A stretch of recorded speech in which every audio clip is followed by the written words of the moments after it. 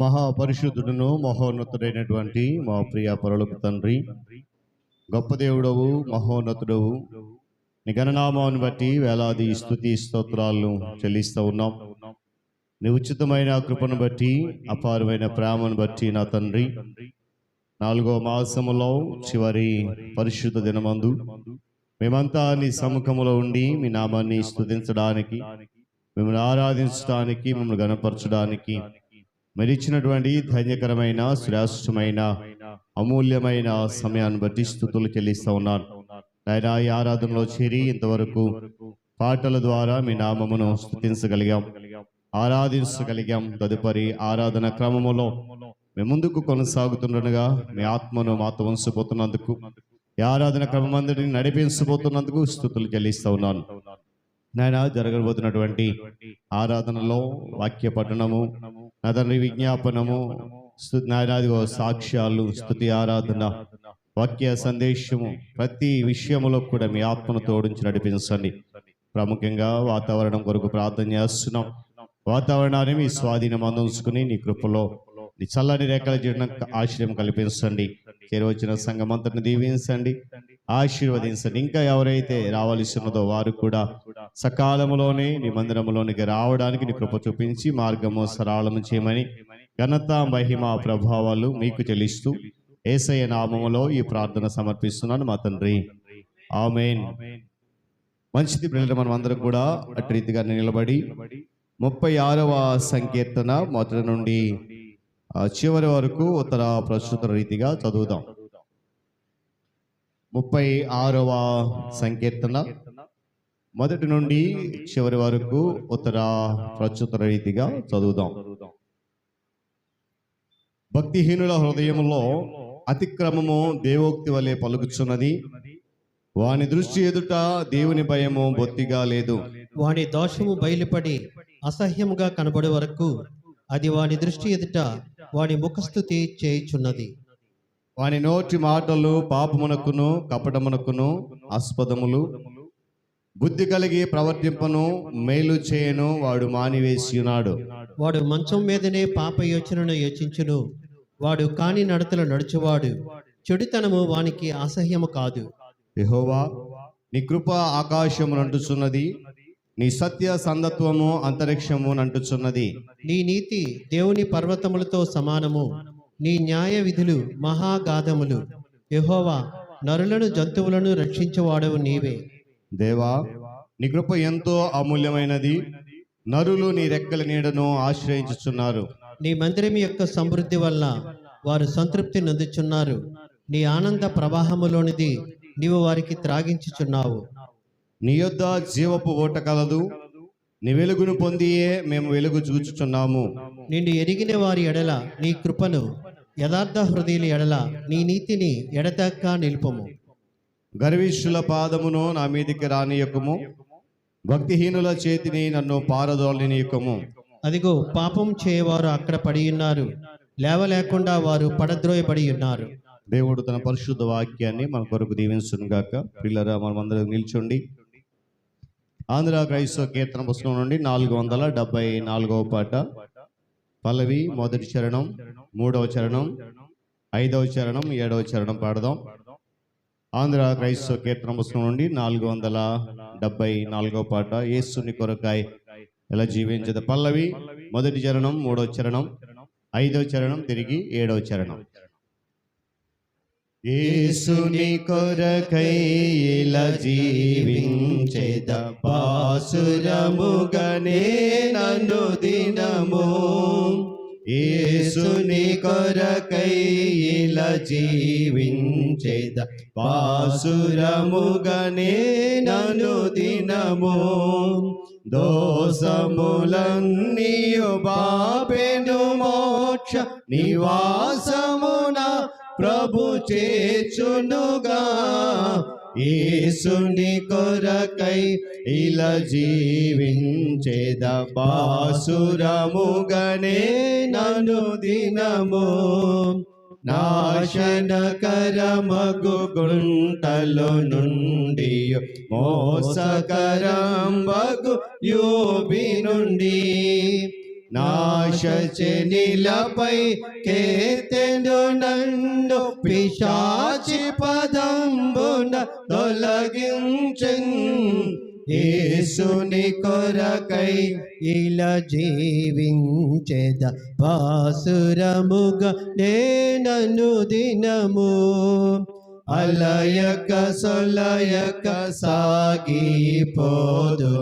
వెలయగ నా ప్రభు మార్గములన్. కలిగెను నెమ్మది కలువరి గిరిలో విలువగు రక్తము చిందించిన ప్రభు యేసుని కొరకై ఇలా జీవించేద బాసురముగనే నను దినము. బుద్ధి విజ్ఞాన సర్వ సంపదలు గుప్తమయున్నవి ప్రభునందు. అద్భుతముగా ప్రభు మన్నియునొసగి దీతును నా బ్రతుకంతటిని. యేసుని కొరకై ఇలా జీవించేద బాసురముగనే నను దినము. ప్రభునందానందింతును నిరతము ప్రార్థన విజ్ఞాపనములతో. విపుడే తీర్చును ఇలా నా చింతలు అభయముతో స్తుతింతు ప్రభున్. యేసుని కొరకై ఇలా జీవించేద బాసురముగనే నను దినము. దయచేసి కూర్చుందాం.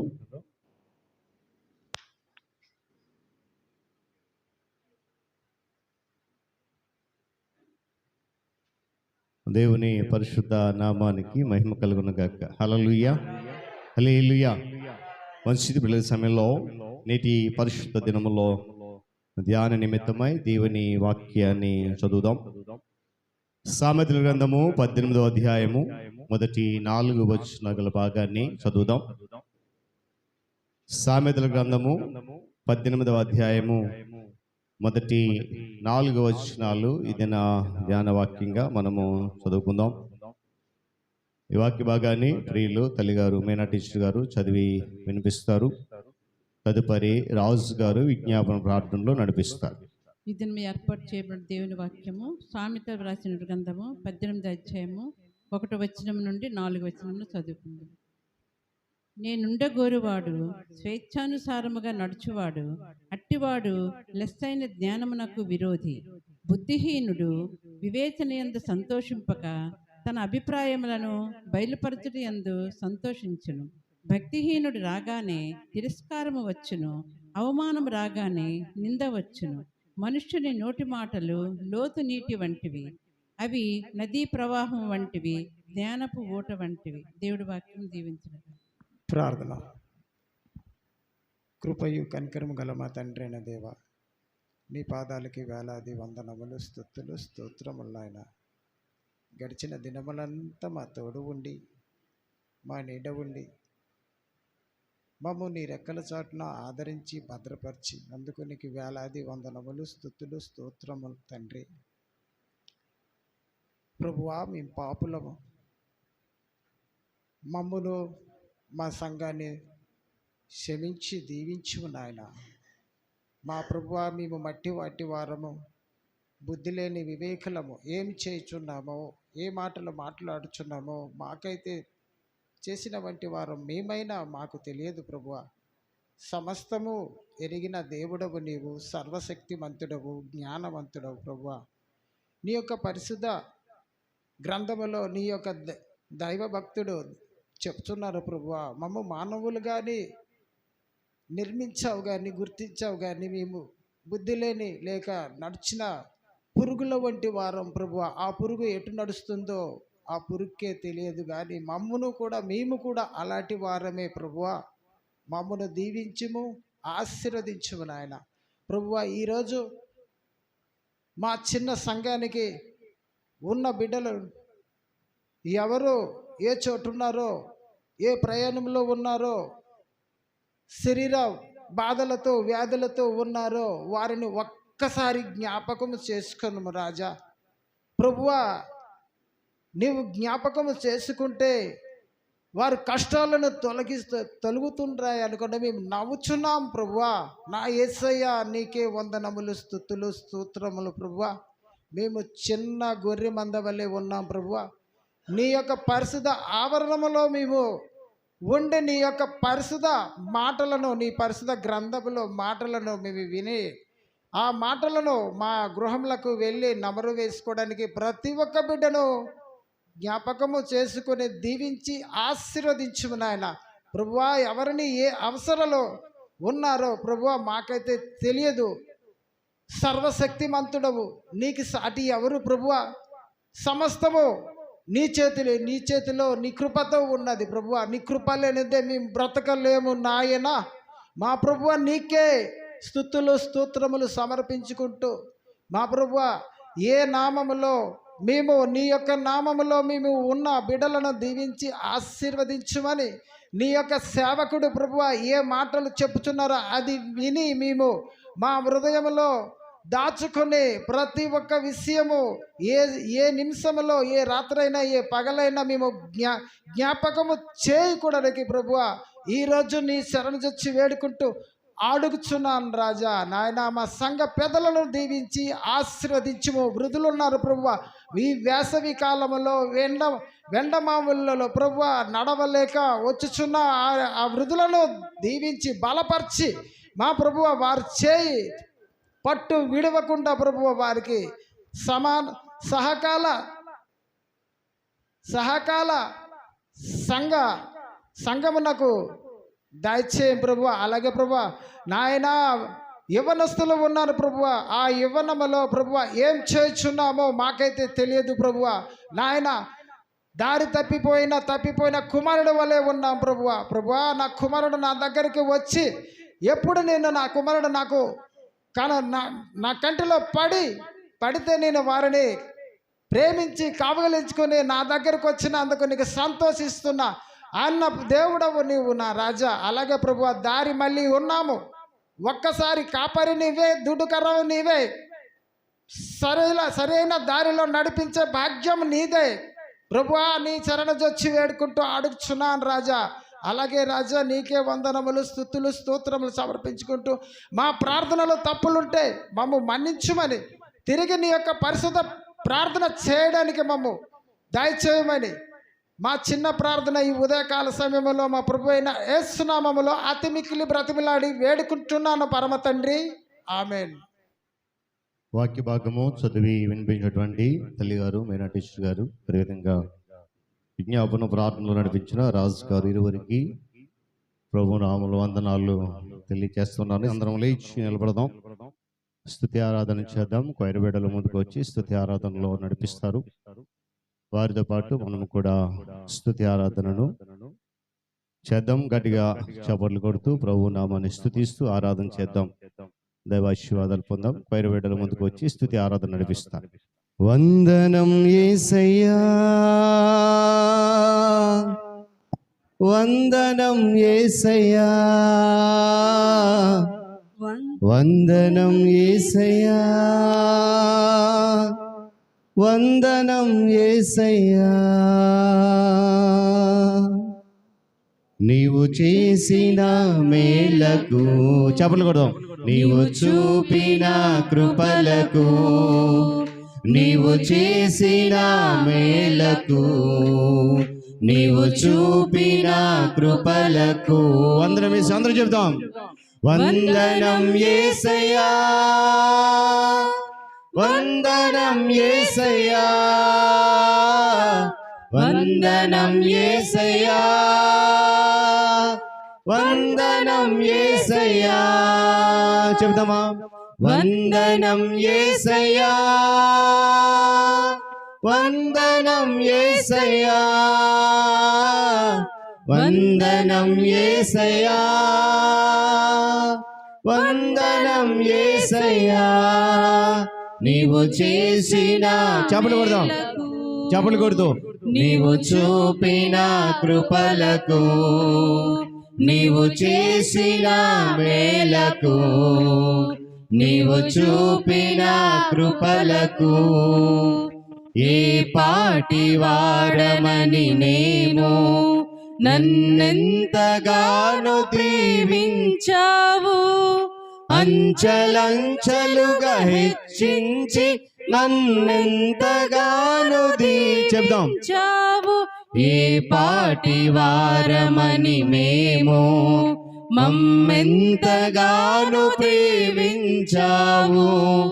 అంచెలంచెలుగా హెచ్చించి మమ్మెంతగానో దీవించావు. చెబుదాం అందరూ కూడా, అందరూ స్వరమైతే వందనం యేసయ్యా, వందనం యేసయ్యా, వందనం యేసయ్యా. మరలా చెప్తామా? వందనం యేసయ్యా, వందనం యేసయ్యా, వందనం యేసయ్యా, వందనం యేసయ్యా.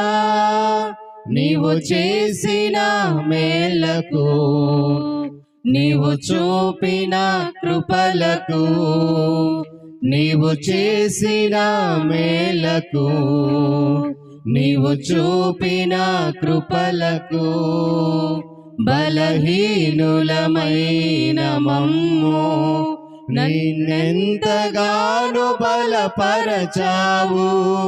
క్రీస్తేసు మహిమైశ్వర్యములో ప్రతి అవసరమును తీర్చావు. చెబుతాం బలహీనులమైన మమ్ము నీవెంతగానో బలపరచావు. క్రీస్తేసు మహిమైశ్వర్యములో ప్రతి అవసరమును తీర్చావు. అందుకే యేసయ్యా వందనం. అందరూ కూడా స్వరమెత్తాలి. వందనం యేసయ్యా, వందనం యేసయ్యా, వందనం యేసయ్యా, వందనం యేసయ్యా, వందనం యేసయ్యా, వందనం యేసయ్యా, వందనం యేసయ్యా. నీవు చేసిన మేలకు, నీవు చూపిన కృపలకు, నీవు చేసిన మేలకు, నీవు చూపిన కృపలకు అందరం చెప్తాం వందనం యేసయ్యా, వందనం యేసయ్యా, వందనం యేసయ్యా, వందనం యేసయ్యా, వందనం యేసయ్యా, వందనం యేసయ్యా, వందనం యేసయ్యా, వందనం యేసయ్యా. హృదయపూర్వక తలలో ఉంచి దేవుని స్తుతిద్దాం.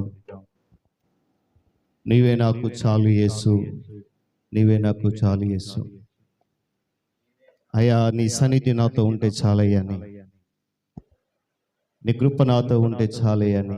ఈ లోకంలో ఉన్నటువంటి ఏది కూడా నాకు అవసరం లేదు. హృదయపూర్వక ఒకసారి దేవునితో మనవి చేద్దాం, స్తుతి చేద్దాం.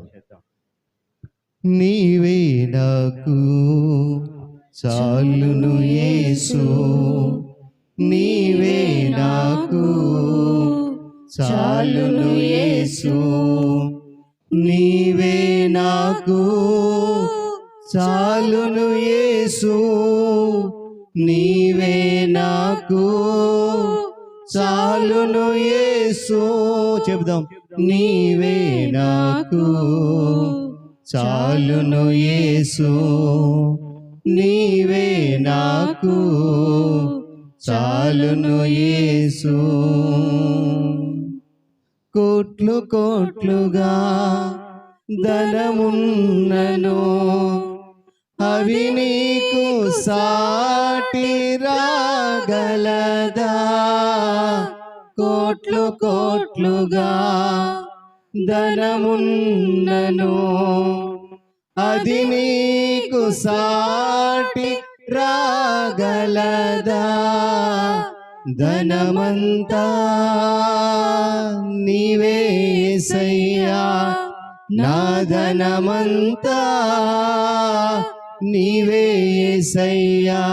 చెప్దాం, నీవే నాకు చాలును యేసు, నీవే నాకు చాలును యేసు, నీవే నాకు చాలును యేసు, నీవే నాకు చాలును యేసు, నీవే నాకు చాలును యేసు. ఒంటి నిండా బంగారమున్నను అది నీకు సాటి రాగలదా? చెప్దాం, ఒంటి నిండా బంగారమున్నను అది నీకు సాటి రాగలదా? బంగారమా యేసయ్యా, నా బంగారమా యేసయ్యా, నీవే నాకు చాలును యేసు, నీవే నాకు చాలును యేసు, నీవే నాకు చాలును యేసు, నీవే నాకు చాలును యేసు, నీవే నాకు చాలును యేసు, నీవే నాకు చాలును యేసు. ప్రార్థన చేసుకుందాం. సకల ఆశీర్వాదములకు కారణభూతుడును మహోన్నతుడును మహాగణుడు అయిన మా తండ్రి, మీ గణనామానికి వేలాది స్తుతులు చెల్లిస్తూ ఉన్నాము నాయనా. ఇదిగో మా జీవితాల్లో నువ్వు చేసిన మేళ్లకు ఎన్నో ఎన్నో వందనాలు, కృతజ్ఞతలు చెల్లిస్తూ నాయనా చేయబడినటువంటి ఈ స్తుతి ఆరాధనను సమస్తమును చూస్తున్న దేవుడవు, మా స్థుతులను నాయనా మీ సన్నిధానము చేర్చుకొని తగిన కాలమందు తగిన సమయమందు జవాబును పంపించమని వేడుకుంటున్నాను నాయనా. మా జీవితాల్లో ఏది ఉన్నా లేకపోయినా నీవుంటే నాకు చాలయని నాయనా. ఇదిగో మా దగ్గర కోట్లకు ధనం ఉన్నా నాయన, మా ఒంటి నిండా బంగారం ఉన్నా, మా చుట్టూ బంధు బలగం ఉన్నా కూడా అవేవి నీకు సాటి రావు నా తండ్రి. కనుక నీవే మాకు చాలని మేము అర్పించిన ఈ అర్పణ మీ సన్నిధిలో చేర్చుకొని ప్రార్థన చేస్తున్నాను. స్తుతి ఆరాధనలో పాలి భాగస్సులై హృదయమంతటిని స్తుతించిన ప్రతి ఒక్క స్వరాన్ని మీ సముఖము చేర్చుకుని వేడుకుంటున్నాను. తదుపరి నా తండ్రి, నీ మాటలు వినడానికి ఇష్టపడుతున్నాం. ఇదిగో నీ దాసుడని నేను నీ పక్షం నిలబడుతుండగా పట్టివాడను బలహీనుడను నేను నీ సిలువ చాటును మరుగుపరచండి. నాతో నీ బిడ్డలైన మాట మీరు మాట్లాడండి. ఆ మాటలు నాయన జుంటి తేనె దారుల కంటే మధురమైనవి కనుక ఆ మాటలు వినగలిగే చెవులను, వినిన మాటిని గ్రహించే మనస్సును మాకు దయచేసి నా నోటి మాటలు మా అందరి హృదయ ధ్యానములు కేవలము నీ దృష్టికి మాత్రమే అంగీకరణలుగా చేసుకునమని యేసయ్య పరిశుద్ధ నామములో ఈ ప్రార్థన సమర్పిస్తున్నాను మా తండ్రి, ఆమేన్. దేవుని పరిశుద్ధ నామానికి మహిమ కలుగును గాక. హల్లెలూయా. శబ్దమా హల్లెలూయా, హల్లెలూయా. చాలా సంతోషం ప్రియులరా. దేవుడు తన మహాకృపను బట్టి 4వ మాసంలో చివరి పరిశుద్ధ ఆదివారపు ఆరాధనలో మనందరినీ క్షేమముగా ఆరోగ్యవంతులుగా ఉంచిన దానిని బట్టి దేవాది దేవునికే సమస్త ఘనత మహిమ ప్రభావాలు కలుగును గాక. మరి చేరి వచ్చిన మీ అందరకు సంఘ నాయకులైన వారికి, విశ్వాసులకు, ప్రియ ప్రభువును మన రక్షకుడైన యేసుక్రీస్తు వారి పరిశుద్ధ నామంలో ఈ పరిశుద్ధ ఆదివారపు శుభాలు తెలియజేస్తున్నాను. కొద్ది నిమిషాలు దేవుని మాటలు ధ్యానం చేద్దాం. మన మధ్యలో దేవుని వాక్యం చదవగా విన్నాం. సామెతల గ్రంథము 18వ అధ్యాయము మొదటి 4 వచనాలు మన కొరకు చదవబడ్డాయి. ఒకవేళ మీరు ఆ సమయంలో రాలేని పక్షం ఉంటే కనుక ఆ మాటలు పాత నిబంధన గ్రంథము 544వ పేజీలో ఉన్నాయి. దయచేసి బైబిల్ తెరచి మీ దగ్గర పెట్టుకోవాలని మనం చేస్తూ ఉన్నాను. మరి గడిచిన 2 వారాలుగా మనము అగ్ని గురించినటువంటి సందేశాన్ని వింటూ ఉన్నాం. మొదటి ఆదివారం అగ్ని అభిషేకం అనేటువంటి అంశాన్ని మనం ధ్యానం చేసాం. గత వారం అగ్ని నది అనేటువంటి అంశాన్ని ధ్యానం చేసి వాటిలో 3 నదుల కొరకు ధ్యానం చేసాం. అవి మరి ఎంతమంది గుర్తున్నాయో నాకు తెలియదు, కానీ గుర్తుంటే మంచిదే. లేని పక్షం నేను మరొకసారి వాటిని తదుపరి చివరిలో 3 నదుల కొరకు మరలా వాటిని జ్ఞాపకం చేస్తాను. ఈరోజు అగ్ని నది అనే అంశాన్ని కొనసాగిస్తూ దానిలో ఉన్నటువంటి మరొక 2 నదులను కొరకు ఈరోజు మనం ధ్యానం చేద్దాం. చదువున వాక్య భాగంలో 4వ వచనాన్ని నేను చదువుతా ఉన్నాను, దయచేసి జాగ్రత్తగా గమనించండి. మనుష్యుని నోటి మాటలు లోతు నీటి వంటివి, అవి నదీ ప్రవాహము వంటివి, జ్ఞానపు ఓట వంటివి. చూడండి, నిజమైన జ్ఞానం అంటండి ప్రతి మనిషిలో ఉన్నటువంటి దుష్టత్వం నుంచి, అంటే కీడుకు కారణమైనటువంటి చెడ్డ మాటల నుంచి, చెడ్డ బాటల నుంచి, అదేవిధంగా చెడ్డ చర్యల నుంచి, చెడు ప్రేరణ నుంచి ప్రతి మనిషిని కూడా కాపాడుతూ ఉంటుందట. దేవుని స్తోత్రం కలుగును గాక. ఏంటిదంట? నిజమైన జ్ఞానము మనిషిని వీటన్నిటి నుండి కూడా కాపాడుతూ ఉంటుందట. అయితే అది కాపాడాలి అని అంటే మనము జ్ఞానాన్ని వెతికి పట్టుకోవాలంట. దేవునికి స్తోత్రం కలుగును గాక. ఏం చేయాలి? జ్ఞానము మనకు కావాలి అంటే అది వెతికితే లభిస్తుంది. వెతకాలి జ్ఞానాన్ని. చూడండి, సామెతల గ్రంథములో జ్ఞానిన సొలొమోను సుమారుగా 3000 కంటే ఎక్కువగా సామెతలు రాయడం జరిగింది. చాలా శ్రేష్టమైన సామెతలు. అందులో మాట అంటాడు, వెండిని వెతికినట్లు దాన్ని వెతికినడలా, దాచబడిన ధనమును వెతికినట్టు దాన్ని వెతికిన మాటలు మనం చూస్తూ ఉంటాం. అంటే జ్ఞానమును అంటే ఎక్కడ వెతకాలి అంటే ఎక్కడైతే జ్ఞానము దొరుకుతుందో అక్కడే వెతకాలి. దేవుని స్తోత్రం కలుగును గాక. చూడండి, ముత్యాలు దొరకాలంటే ఎక్కడ వెతకాలి? మనం చెప్పాలి. ఏమండి? నది ఒడ్డుకెళ్ళో లేకపోతే కాలు ఒడ్డుకెళ్ళో చెరువు దగ్గరికి వెళ్తే దొరకవు కదండి. ఆ ముత్యాలు దొరకాలంటే మనం ఎక్కడికి వెళ్ళాలి? సముద్రపు లోతుల్లోకి వెళ్తేనే ఆ ముత్యాలు దొరుకుతాయి. అంతేగాని అవి దొరికే చోట కాకుండా ఎక్కడెక్కడ వెతికితే అవి దొరకవు. అలాగే జ్ఞానం అనేది ఎక్కడైతే దొరుకుతుందో అక్కడే వెతకాలి. అయితే వేదాంతులు రాసిన గ్రంథాల్లో కాదు, కానీ ఎవరి దేవుళ్ళ గురించి వారు రాసిన పురాణాల గురించి కాదు, కానీ సజీవుడైనటువంటి ఏకైక నిజ దేవుడు, ఏమండి, బైబిల్ అంతట్లో కనిపించేటువంటి ఇక లోకమంతను సృష్టించినటువంటి దేవునిలో మాత్రమే ఆ జ్ఞానము ఉంది. దేవుని స్తోత్రం కలుగునుగా. ఆ జ్ఞానాన్ని మనం వెతకాలి. ఆ జ్ఞానాన్ని వెతకాలంటే మన దగ్గర ఉన్నటువంటి బైబిల్ గ్రంథాన్ని మనం ఏం చేయాలి?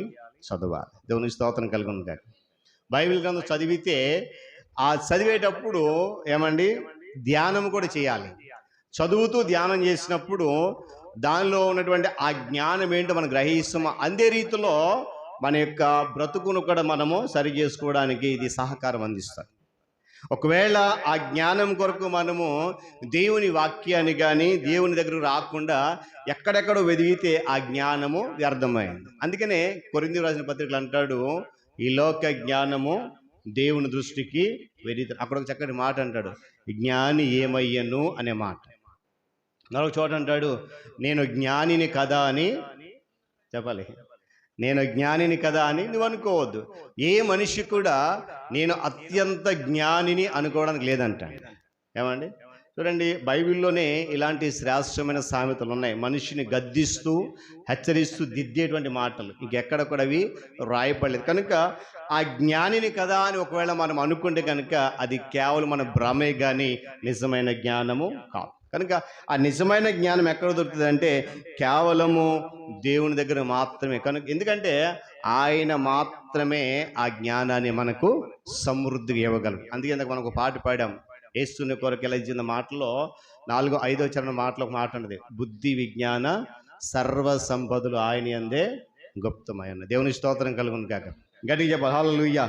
అయితే ఈరోజు మరి ఆ జ్ఞానపు నది ఏమంటే మరొక నది ఏంటంటే జ్ఞానపు నది, పరలోకపు నది అనేటువంటి పరిశుద్ధాత్మ దేవుడు ఆత్మ సంబంధమైన జ్ఞానాన్ని, దైవికమైన జ్ఞానాన్ని మనకు అందిస్తూ ఉంటాడండి ఎప్పటికప్పుడు. దేవుని స్తోత్రం కలుగును కాక. చూడండి, మనకి జ్ఞానం, లోకానుసారమైన జ్ఞానం కావాలనుకోండి, దానికి సంబంధించిన పుస్తకాలు చాలా ఉన్నాయి. రకరకాల పుస్తకాలు ఉన్నాయి జ్ఞానాన్ని పెంపొందింపజేసుకోవడానికి. అవి చదివితే ఆటోమేటిక్గా జ్ఞానం అనేది అని అంటే కదండి, జనరల్ నాలెడ్జ్ కదా. దాన్ని పెంచుకోవాలంటే లోకంలో ఉన్నటువంటి రకరకాల పుస్తకాలు లేక న్యూస్ పేపర్ ఇవన్నీ చదివితే లోకానుసార జ్ఞానం పెరుగుతుంది. కానీ ఆత్మ సంబంధమైన జ్ఞానము, దైవిక సంబంధమైన జ్ఞానము కావాలంటే అది కేవలము పరలోకం నుండి వచ్చి నది అయినటువంటి పరిశుద్ధాత్మ దేవుడు మాత్రమే మనకు దానిని అందిస్తాడు. అందుకే యేసుక్రీస్తు ప్రభువారు దానికి వచ్చినటువంటి ప్రవచనం మనం గమనిస్తే యెషయా గ్రంథము 11:2 ఆయన కొరకు ఒక ప్రవచనం రాయబడింది. ఒకసారి చదువుతారన్నమాట. ఆధారమగు ఆత్మ, ఆలోచన బలములకు ఆధారమగు ఆత్మ, తెలివిని యెహోవా యెడల భయభక్తులను పుట్టించు ఆత్మ అతని మీద నిలుచును. దేవునికి స్తోత్రం కలుగును గాక. ఏమంటానంట, యెహోవా ఆత్మ జ్ఞాన వివేకములకు ఆధారం.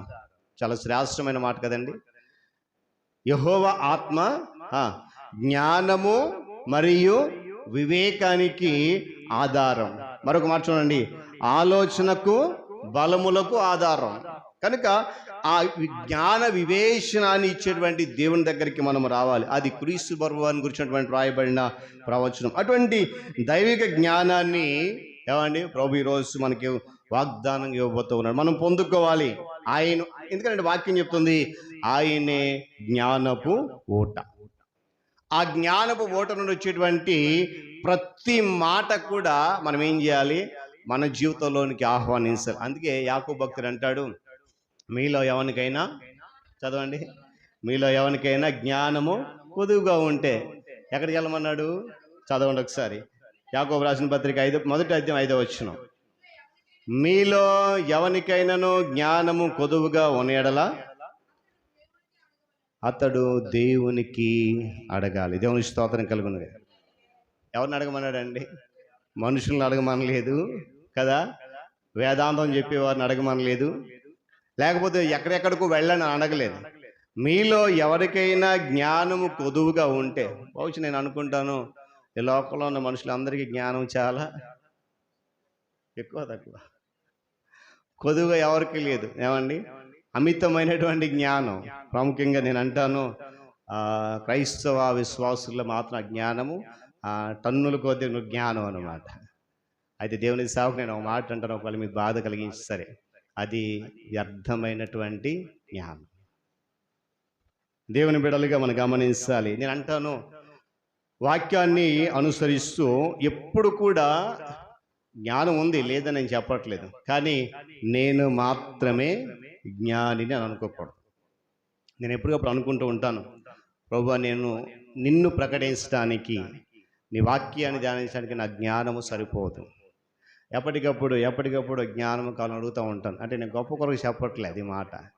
ఎందుకంటే మనందరికీ దేవుడు తగిన రీతిలో, అంటే ఏ క్షణాన ఏ విధంగా ప్రవర్తించాలో, ఏ క్షణాన ఏ విధంగా ఆలోచన తగిన జ్ఞానాన్ని దేవుడు మనకి ఇచ్చాడు. అయితే ఆత్మ సంబంధమైనటువంటి లేక దైవిక జ్ఞాన విషయంలో మాత్రము మనము చాలా పొదువుగా ఉన్నాం. అందుకే ఈ మాట, మీలో ఎవరికైనా జ్ఞానము కొదువుగా ఉన్నడలా అతడు దేవుని అడగండి, అప్పుడు అతనికి అది అనుగ్రహించబడును.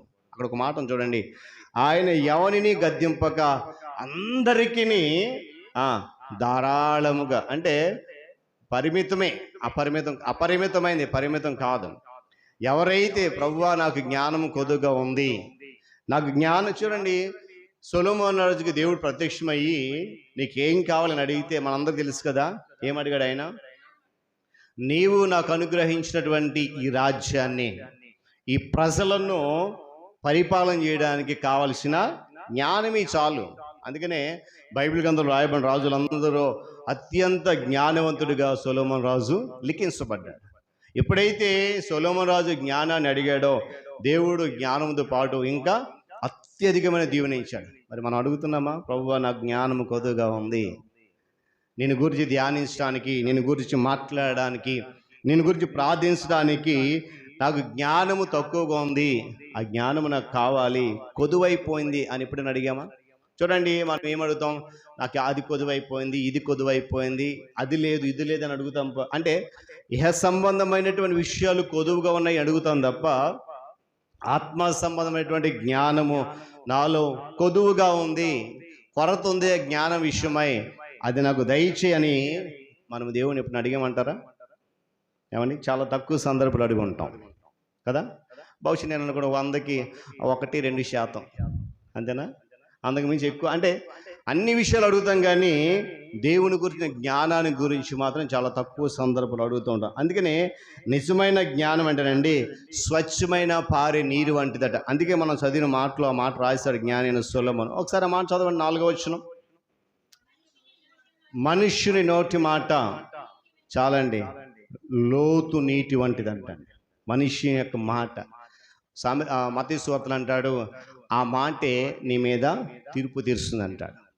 నువ్వు మాట్లాడే ప్రతి మాట నీ మీద సాక్ష్యం చెప్తుందంట. అందుకే మాట మనుష్యుని నోటి మాటలు లోతు నీటి వంటివి కదండి. ఆ లోతు ఎంత తెలియదట, మనుషుల మాటలు లోతు తెలియదంట. ఆ తర్వాత చూడండి, అవి నదీ ప్రవాహం వంటివి, జ్ఞానపు ఓట వంటివి. ఆ జ్ఞానపు ఓటని మనం బయటకు తీయాలి. అంటే అది జ్ఞానము చూడండి, అది వెళ్ళని ప్రతి చోట కూడా ఆ జ్ఞానపు ఓట ప్రవహించే ప్రతి చోట కూడా జీవం అనేది వెల్లువిరుస్తూ ఉంటుందట. దేవుని స్తోత్రం కలుగును గాక. గట్టిగా చెప్పు హల్లెలూయా. చూడండి, శరీరధారిగా ప్రత్యక్షమైనటువంటి యేసుక్రీస్తు ప్రభువారిలో ఆ జ్ఞానపు ఓట ఎల్లప్పుడూ కూడా ప్రవహిస్తూనే ఉంది. కాబట్టి ఎవరు కూడా ఎదిరింపలేనటువంటి జ్ఞానములు గల మాటలు ఆయన పలకడం జరిగింది. తప్పు పట్టడానికి వచ్చినటువంటి పరిసయ్యులు కానీ, శాస్త్రులు కానీ, సద్దుకాయలు కానీ ఎవ్వరు కూడా ఆయన పలికే ఏ మాటకు కూడా ఎదురు చెప్పడానికి అవకాశం ఆయన ఇవ్వలేదు. ఏమంటే ప్రతి వారి నోరు మూయించాడు. మరి రోజు నేను అంటాను, దేవుని బిడ్డగా విశ్వాసిగా నువ్వు దేవుని కొరకు మాట్లాడుతూ ఉన్నప్పుడు, నువ్వు దేవుని కొరకు ప్రకటిస్తున్నప్పుడు, ఎవరైనా వచ్చి నిన్ను ఎదురు ప్రశ్నించినప్పుడు నీవు చెప్పే సమాధానానికి వారి దగ్గర సమాధానం ఉందా అనేది ఒక ప్రశ్న. ఈరోజు మనం మాట్లాడుతున్న ప్రతి మాట ఎదురువాడు చాలా సమాధానాలు చెప్తూ ఉంటాడు. కానీ ఆ రోజు జ్ఞానము కలిగినటువంటి క్రీస్తు ప్రభు వారు మాట్లాడుతున్నప్పుడు ఎవరు కూడా ఎదురు చెప్పలేదంటండి. ఏమంటే ఈరోజు ఎవరైనా నువ్వెందుకు దేవుని ఆరాధిస్తున్నావు అని ఒక ప్రశ్న వేశారు అనుకోండి, మన దగ్గర జవాబు ఏంటి? నువ్వెందుకు యేసు ప్రభు దగ్గరికి వెళ్తున్నావు అని అడిగితే ఆ ప్రశ్నకు మనం చెప్పే సమాధానం మరలా ఎదుటివాడు మనల్ని తిరిగి ప్రశ్నించకూడదు. అలాంటి జ్ఞానం మనకు కావాలి. అది కావాలంటే మనం ఎక్కడెక్కడో తిరుగుతూ రాదండి. జ్ఞానపు ఓటైనటువంటి క్రీస్తు దగ్గరకు వస్తే అది వస్తుంది. అందుకే ఆ యొక్క చూడండి, కైసరుకు పన్ను చెల్లించాలా, వ్యభిచారంలో పట్టబడినటువంటి స్త్రీని రాళ్ళు రువి చంపాలా, ఇలాంటి చాలా రకాల ప్రశ్నలు ఏమండి వేసినప్పుడు, ఆయనను సిగ్గుపరచడానికి ప్రయత్నించినప్పుడు వాటన్నిటికీ కూడా ఆయన జ్ఞానముతోనే సమాధానం ఇచ్చాడు. ఎవరు కూడా ఆయన మాటకు తిరిగి ఎదురు చెప్పలేకపోయాడు. ఆయన తిరుగులేని జవాబుని ఇచ్చాడు.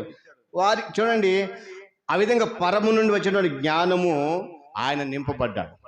పరిశుద్ధాత్మ దేవుని ద్వారా లేక తండ్రి అయిన దేవుని ద్వారా వచ్చినటువంటి జ్ఞానముతో నింపబడ్డాడు. కనుక లోక సంబంధమైన మనుషులు రకరకాలైన ప్రశ్నలు వేసినప్పుడు కూడా వాటికి తగిన జ్ఞానముతో ఆయన సమాధానం చెప్పగలిగాడు. వారి నోళ్ళు మూయించగలిగాడు. ఈరోజు మనం ఎంతమంది అన్యజనులు లేకపోతే క్రీస్తు సువార్తకు వ్యతిరేకులుగా నీ విశ్వాసాన్ని ప్రశ్నించే వారికి వారు తిరిగి ఎదురు సమాధానం చెప్పలేకుండా నువ్వు జవాబు చెప్పగలుగుతున్నావా?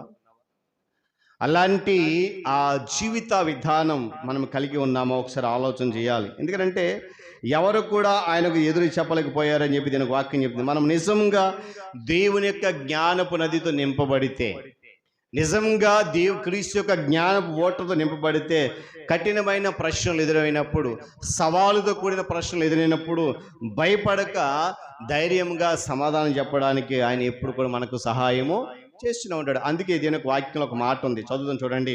మత్తయి సువార్త 10వ అధ్యాయము 19-20 వచనాలు జ్ఞాపకం చేస్తే, మనం ఎప్పుడైనా దేవుని కొరకు నిలబడినప్పుడు ధైర్యంగా ఆయన కొరకు మాట్లాడుతున్నప్పుడు కొన్ని కఠినమైనటువంటి లేక సవాలుతో కూడా ప్రశ్నలు ఎదురైతే ఆ సమయంలో ఏం చెప్పాలి ఎలా చెప్పాలనేటువంటి సతమతమైపోతూ కంగారు పడిపోతూ ఒకదానికి బదులు మరొకటి చెప్పేదానికంటే ఆలోచన చేసి దేవుని యొక్క జవాబు కొరకు మనం వేచి ఉంటే తప్పనిసరిగా సమాధానం దేవుడు మనకి ఇస్తారు. చదవండి ఒకసారి ఆ మాట.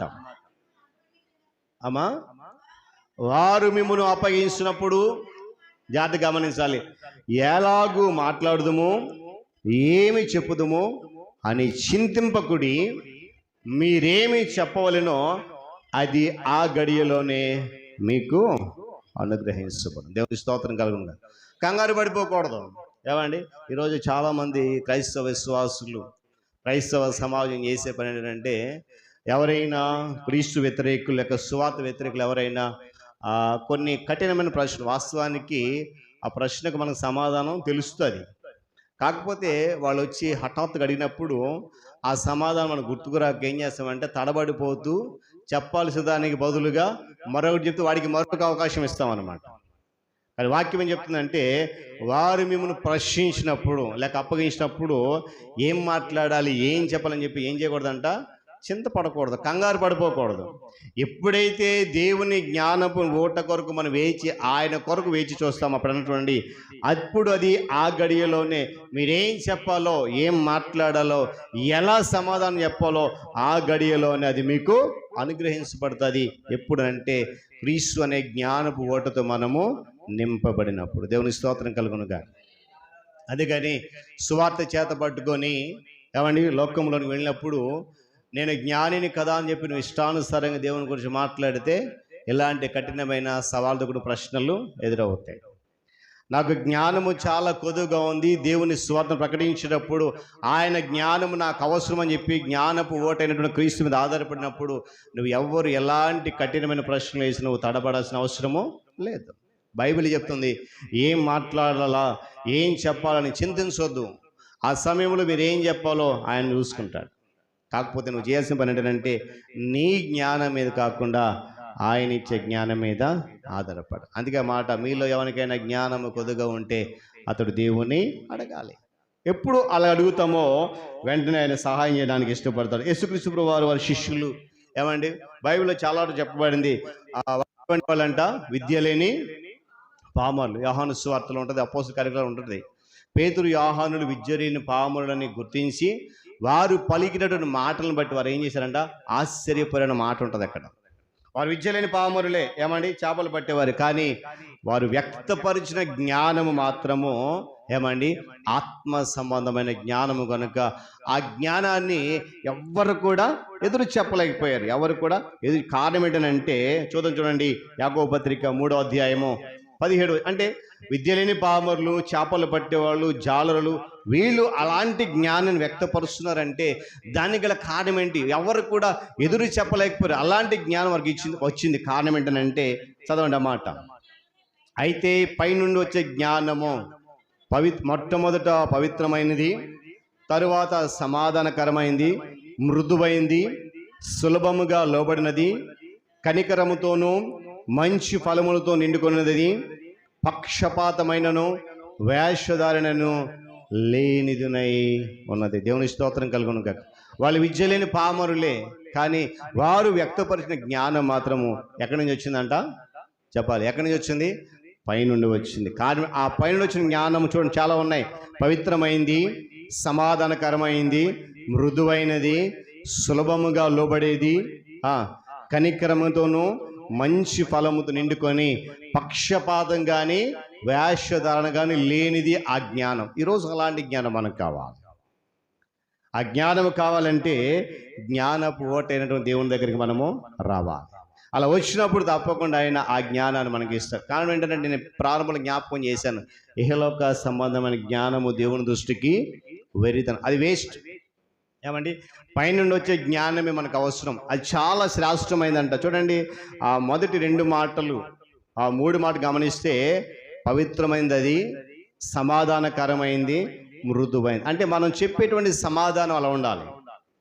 ఏమండి, ఎదుటివాడు ఎప్పుడైనా కఠినమైన ప్రశ్న వేసినప్పుడు మన జవాబు ఎలా ఉండాలంట? సమాధానకరమైనదై మృదువైనది ఉండాలి. అప్పుడు ఎంత కఠినుడైనా సరే లోపడతాడు. అక్కడ అందుకే మాట సులభముగా లోబడినది, లోపరిచేది కూడా.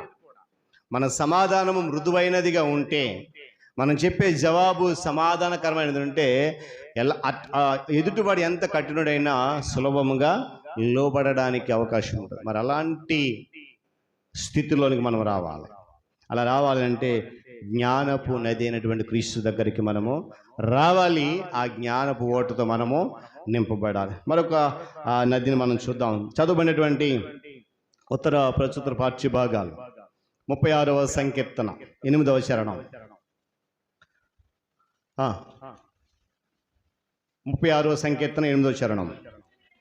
నీ మందిరం యొక్క సమృద్ధి వలన వారు సంతృప్తి పొందుచున్నారు. జాగ్రత్తగా గమనించాలి. ఇక్కడ నీ ఆనంద ప్రవాహములోనిది నీవు వారికి త్రాగించున్నావు, నీ యొద్ద జీవపు ఓట కలదు. దేవుని స్తోత్రం కలుగును గాక. మరొక నది ఇది ఏంటంటే ఈ అగ్ని నదిలో చివరిది అన్నమాట. ఏంటంటే మహానంద నది, ఆనంద ప్రవాహం. ఇది ప్రతి ఒక్కరికి కూడా దేవుని సన్నిధిలో సమృద్ధిగా లభిస్తాం. ఏమన్నా అక్కడ నీ ఆనంద ప్రవాహములోనిది నీవు వారికి త్రాగించుచున్నావు అని కీర్తనకారుడు దావీదు దగ్గర పలుకుతున్నాడు. పరిశుద్ధాత్మ నదిని మహానంద నది అనేటువంటి విషయాన్ని సంబోధిస్తున్నాడు దావీదు భక్తుడు. అది ప్రతి మనుషులు ఏం చేస్తుందంటే సంతోషాన్ని కలుగజేస్తుందంట, మహానందాన్ని నింపుతుందట. చాలా శ్రేష్టమైన మాట కదండి. దేవుని దగ్గర వచ్చినటువంటి ఆనంద ప్రవాహం అనేది ప్రతి మనుషులకు కూడా ఆ సంతోషాన్ని, ఆ ఆనందాన్ని సమృద్ధిగా, అక్కడ అన్నాడు కదా పై వాక్యంలో, నీ మందిరం యొక్క సమృద్ధి వలన వారు సంతృప్తి నొందుచున్నారు, నీ ఆనంద ప్రవాహంలోనిది వారికి త్రాగిస్తున్నావు. మరి ఎంతమంది త్రాగే మనం అది? ఏమండి, ఇన్ని సంవత్సరాల మన విశ్వాస జీవితంలో దేవుని నదిలో నుండి, అనగా ఆయన యొద్ద నుండి ప్రవహించేటువంటి ఆ ఆనంద ప్రవాహములోనిది ఆయన ప్రతి మనిషికి త్రాగిస్తూ ఉన్నాడు. ఎంతమంది దాన్ని మనం సేవించగలిగాం? నేను అంటాను, ఒకవేళ ఆ ఆనంద ప్రవాహంలో మనం సేవించగలిగి ఉంటే మన హృదయం నిండా సంతోషము, మహానందమే. దేవుని స్తోత్రం కలుగును గాక. అదే కీర్తనకారుడు మరొక మాట రాశాడు దేవుని నది కొరకు. చూద్దామా? 46వ సంకీర్తన 4వ చరణం.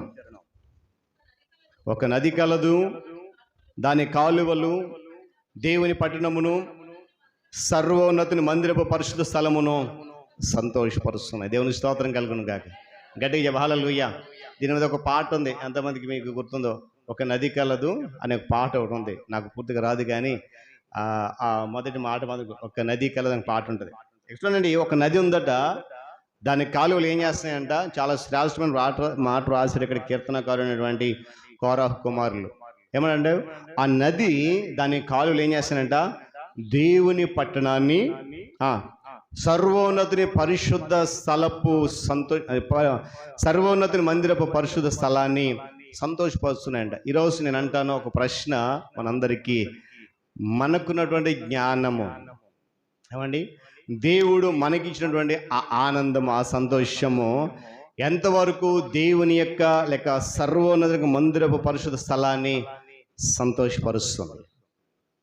మనకున్న జ్ఞానము, మనకున్న విశ్వాసము, మనకున్నటువంటి ఆధ్యాత్మిక స్థితి విధానము ఎంతవరకు ఈ మందిరపు పరిశుద్ధ స్థలాన్ని సంతోషంగా ఉంచుతుంది? నేను ఒక మాట చెప్తాను.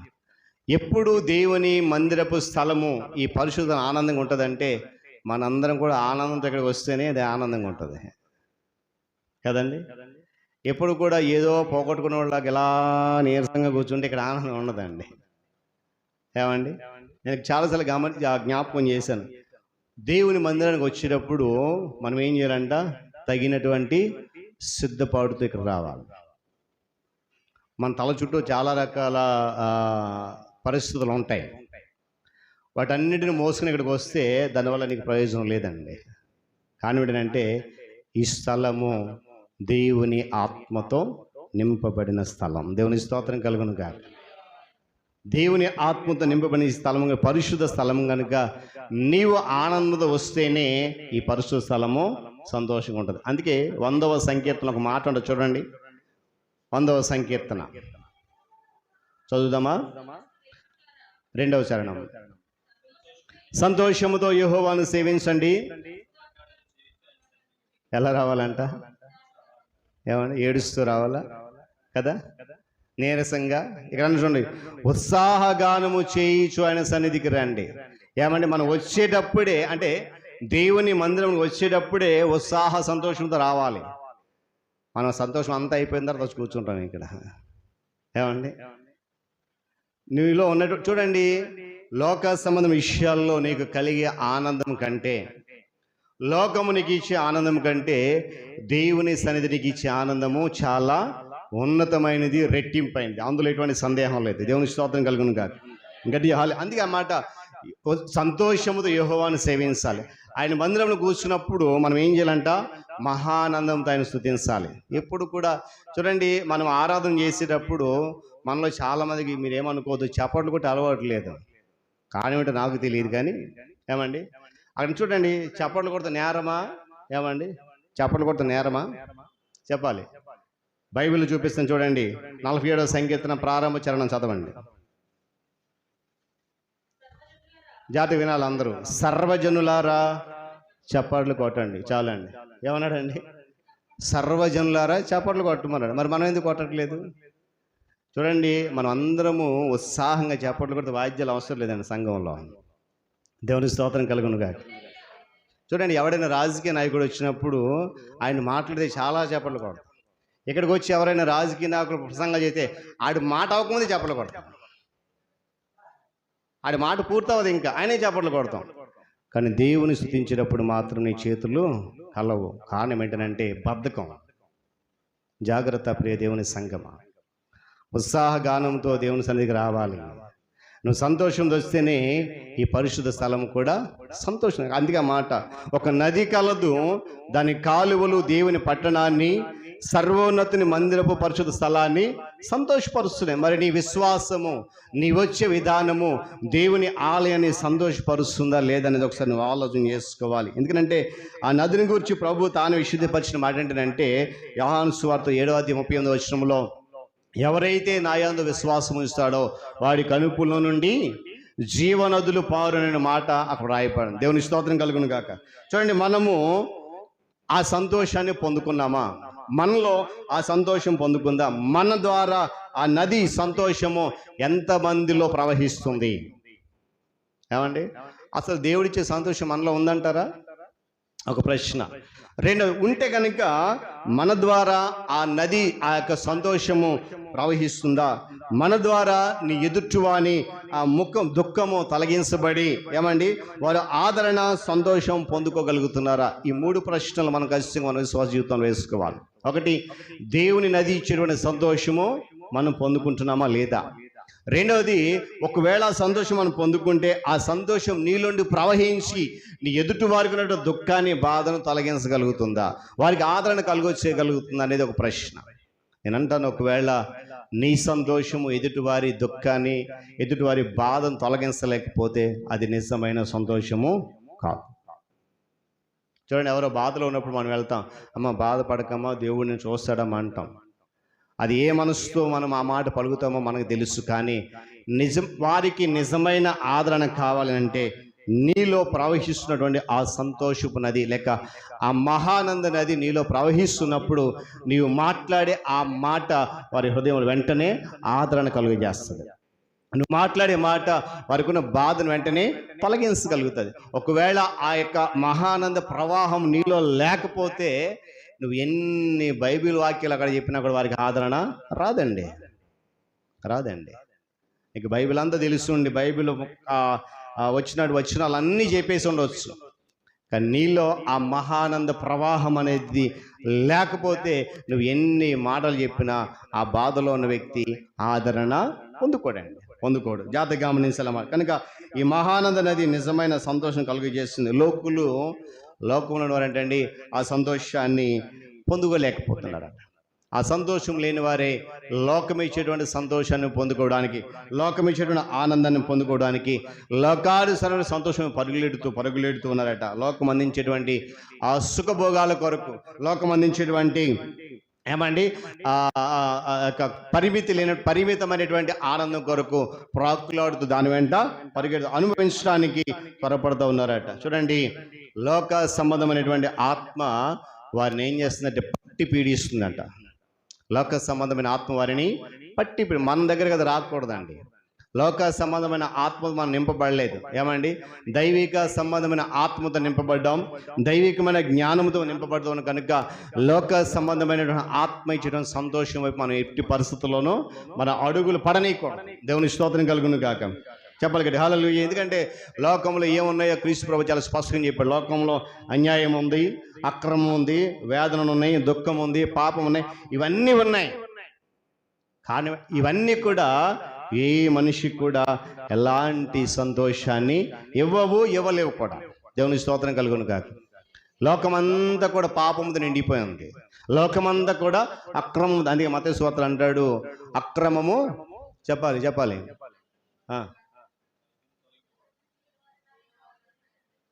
ఇంకో మాట, అక్రమము కాదు, ఇంకొక మాట ఉంటుంది, అక్రమము విస్తరించుట వలన, మర్చిపోయారా? చెప్పాలి అమ్మా. అక్రమము విస్తరించడం ద్వారా అనేకుల ప్రేమ చల్లారిపోతుంది. దేవుని స్తోత్రం కలుగును గాక. లోకంలో ఉన్నది అదే. ఏమండి, ప్రస్తుత దినాల్లో ఈ అక్రమం ఏం చేస్తుంది? విస్తరించిపోతుంది. విస్తరించడం వల్ల అనేక మంది ప్రేమ ఏమైపోతుంది? చల్లారిపోతుంది. నేను అంటాను, ఆ అక్రమం నిండే లోకంలో ఉన్నాం కనుక అది ఇచ్చేటువంటి సంతోషం మనకు అవసరం లేదు. ఏమండి, లోక సంబంధమైనటువంటి సంతోషం మనకు అవసరం లేదు. లోకం ఇచ్చే ఆనందం మనకు అవసరం. కారణం ఏంటంటే సర్వశక్తి అయినటువంటి దేవుని ఎదురు వచ్చేటువంటి మహానంద ప్రవాహంలో మనకు త్రాగిస్తున్నాడు కనుక ఆ మహానందం ఇచ్చేటువంటి ఆనందాన్ని లోకలు మరి ఏది కూడా మనకి ఇవ్వలేదు. దేవుని స్తోత్రం కలుగునుగా. కనుక ఈరోజు వాక్యం ఉన్నటువంటి మనం అందరం కూడా ఒకవేళ ఈ మహానందం ఇచ్చేటువంటి నదిని విడిచిపెట్టి, ఏమండి, ఈ ఆనంద ప్రవాహంలోనేది కాకుండా వేరే ప్రవాహంలోనే త్రాగడానికి ఇష్టపడుతున్నామేమో, లోక సంబంధం నది ఇచ్చేటువంటి ఆనందం వైపు ఒకళ్ళు పరిగెడుతున్నామేమో. జాగ్రత్త. వాక్యం చాలా సూటిగా గదిస్తూ ఉంది. ఏమండి, ఆయన మన కొరకు ఆ జీవజల్ప నదిలో నుండి శ్రేష్టమైన మాట. ఇక్కడ చూడండి, 9వ చరణం 36వ సంకీర్తన, నీ యొద్ద జీవపు ఓట ఉంది. ఏముందండి? దేవుని యొద్ద జీవపు ఓట ఉంది. ఆ ఓటలోనిదే మనందరికీ ఆయన తాగిస్తున్నాడు. చూడండి, ఒక చిన్న మాట చెప్పి నా సందేశం ముగిస్తాను. చీమలు అంటండి ఆ తేనె వైపు పరిగెట్టి చివరికి ఆ తేనెలో పడే చనిపోతాయంట. తెలుసు కదా అందరికీ? తెలీదా? ఏమండి, తేనె ఎక్కడైతే ఉంటుందో ఆ తేనె దగ్గర నెమ్మదిగా పాపం చాలా ఆశతో తినేద్దాం, పట్టుకు మోసుకెళ్ళిపోతాం అని చెప్పి ఆశతో తేనె వైపు వచ్చి ఆ తేనెలో పడి చనిపోతాయంట. అదేవిధంగా ఊసిళ్ళు అంటే చిన్న పురుగులు, అవి ఆ దీపపు కాంతులకు వచ్చి ఆ దీపపు కాంతులోనే చనిపోతాయంట. నేను మళ్ళీ జ్ఞాపకం, చీమ తేనెలో పడి చనిపోయినట్లు ఆ ఊసిళ్ళ పురుగు దీపపు కాంతులు చనిపోయినట్లుగా ప్రజలు పాప భోగములను ఉల్లాసం వెతికి అందులో పడి చనిపోతా ఉన్నారు, దానిలో పడి నశించిపోతా ఉన్నారు. దేవుడు ఆ జాబితాలో మనలను ఉంచలేదు. దేవునికి స్తోత్రం కలుగును గాక. దేవుడు ఆ జాబితాలో మనం ఉంచలేదు కనుక మనము అలాంటి స్థితిలోకి వెళ్ళకూడదు. కారణం ఏంటంటే మనము త్రాగేది మహానంద ప్రవాహంలోనిది. ఆ ఆనంద ప్రవాహం మనలో ప్రవహిస్తున్నప్పుడు ఇలాంటి అనగా ఈ లోకం ఇచ్చేటువంటి తాత్కాలికమైనటువంటి ఆనందం మనకు అవసరం లేదండి. ఈ లోకం ఇచ్చేటువంటి ఏమండి ఆ క్షణికమైనటువంటి ఆ సంతోషం మనకు అవసరం లేదండి. మనకు దేవుడి ఇచ్చే ఆనందము శాశ్వతమైనది. ఈరోజు పరిశుద్ధాత్మ దేవుడు ఆ నది వద్దకు రమ్మని మనం పిలుస్తూ ఉన్నాడు. అందుకే మనం ఎప్పుడు ఒక మాట జ్ఞాపకం చేసుకుంటాం. మత్తయి సువార్తలో, ప్రయాసపడి భారము మోసం సమస్య రండి నా యొద్దకని పిలుస్తూ ఉన్నాడు. ఆ నది ఈరోజు మన వైపు ప్రవహిస్తూ ఉంది. ఈరోజు మరి ఆ ప్రవహించట ప్రవాహంలోనికి ఆ ప్రవాహం యొద్దకు మనం వస్తే ఏమండి ఆ నది ఇచ్చేటువంటి ఆ మహానందాన్ని కూడా మనం ఈరోజు పొందుకోవచ్చు. కనుక ఆ అగ్ని నదిలో నుండి ఏమండి సదాకాలము ప్రవహించేటువంటి ఒకటి జీవపు నది ఉంది, ఏమండి రెండవది సమాధానమైనటువంటి నది ఉంది, మూడవది కన్నీటి నది, ఇది చాలా ప్రాముఖ్యమైన గత వారం ధ్యానం చేశాం. కన్నీటి నది అది మనలో నుండి రావాలి.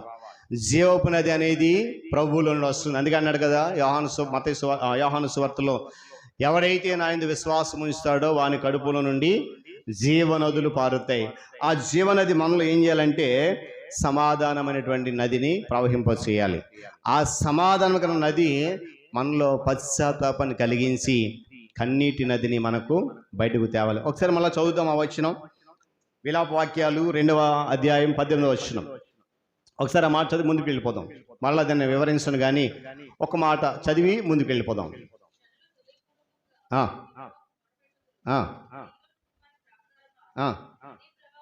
చూడండి, ఇక్కడ నది ప్రవాహము వలె దివారాత్రము కన్నీరు పారు. చాలా ఈ మాట నేను మరలా అంటే గత వారం ధ్యానం చేశాం కానీ నేను మరలా దాన్ని చదివినప్పుడు నాకు చాలా సంతోషం. ఏంటంట, దివారాత్రము ఏం చేయాలంట, నదీ ప్రవాహం వల్లే నీ కన్నీరు పారనివ్వాలి. ఎక్కడ వ్యర్థంగా కాదు.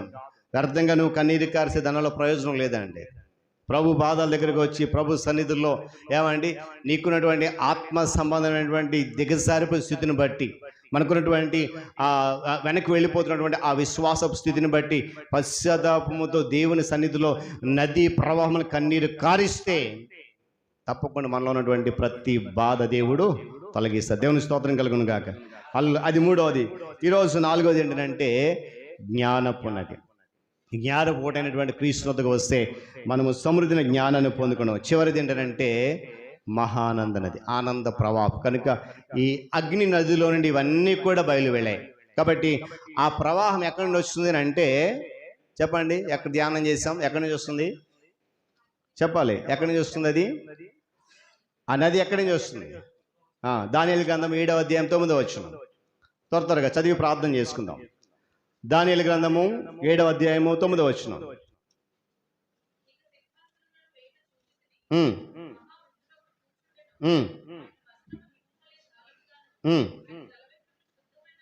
క్షమించండి, 10వ వచనం చదవండి. చూడాలి, గమనించాలి. ఈ ప్రవాహము లేదా ఈ అగ్ని నది ఎక్కడి నుంచి వస్తుందంట? అగ్ని వంటి ప్రవాహము ఆయన యొద్ద నుండి ప్రవహించుచుండెను.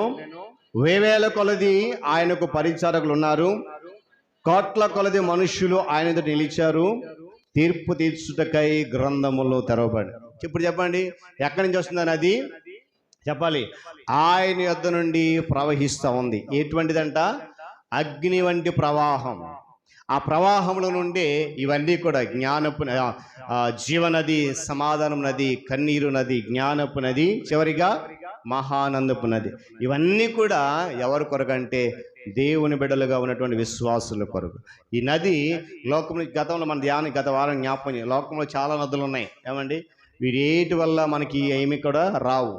జ్ఞానము కానీ, జీవము కానీ, సమాధానం, కన్నీరు కానీ, ఇవేం కేవలము దేవుని ఎదురు నుండి ప్రవహించేటువంటి ఆ అగ్ని ప్రవాహంలో నుండి మాత్రమే ఇవన్నీ కూడా వస్తాయి. అయితే ఆ అగ్ని ప్రవాహంలో అభిషేకించబడడానికి మనము సిద్ధపడి ఆ అగ్ని ప్రవాహం దగ్గర రాగలిగితే తప్పకుండా దేవుడు ఇచ్చిన ఇవన్నీ కూడా, ఈ నదులన్నీ మన యొక్క విశ్వాస జీవితంలో వాటిని తిరిగి ఉత్పత్తి చేయడానికి దేవుడు తగినటువంటి సమృద్ధి సమాధానముతో, సమృద్ధిని శక్తితో మనల్ని నింపి నడిపిస్తాడు. అందుకొరకై మరి మనలో ఉన్నటువంటి లోక సంబంధమైనటువంటి ప్రతిదీ కూడా తొలగించేసుకొని ఈ నదులు ఇచ్చేటువంటి ప్రతి సంతోషాన్ని, ఆనందాన్ని పొందుకుంటూ పరిశుద్ధాత్మ సహాయంతో మన విశ్వాస యాత్రను ముందు కొనసాగిద్దాం. దేవుడి మాటలు మన కొరకు దీవించును గాక. తలలో ఉంచుకొని మూసుకునండి, ప్రార్థన చేసుకుందాం. తలలో ఉంచుకొని మూసుకునండి, ప్రార్థన చేసుకుందాం. ఒక నిమిషం ప్రార్థన చేద్దాం. ప్రభువా, నీ యొద్ద నుండి అగ్ని నది ప్రవహిస్తూ ఉంది.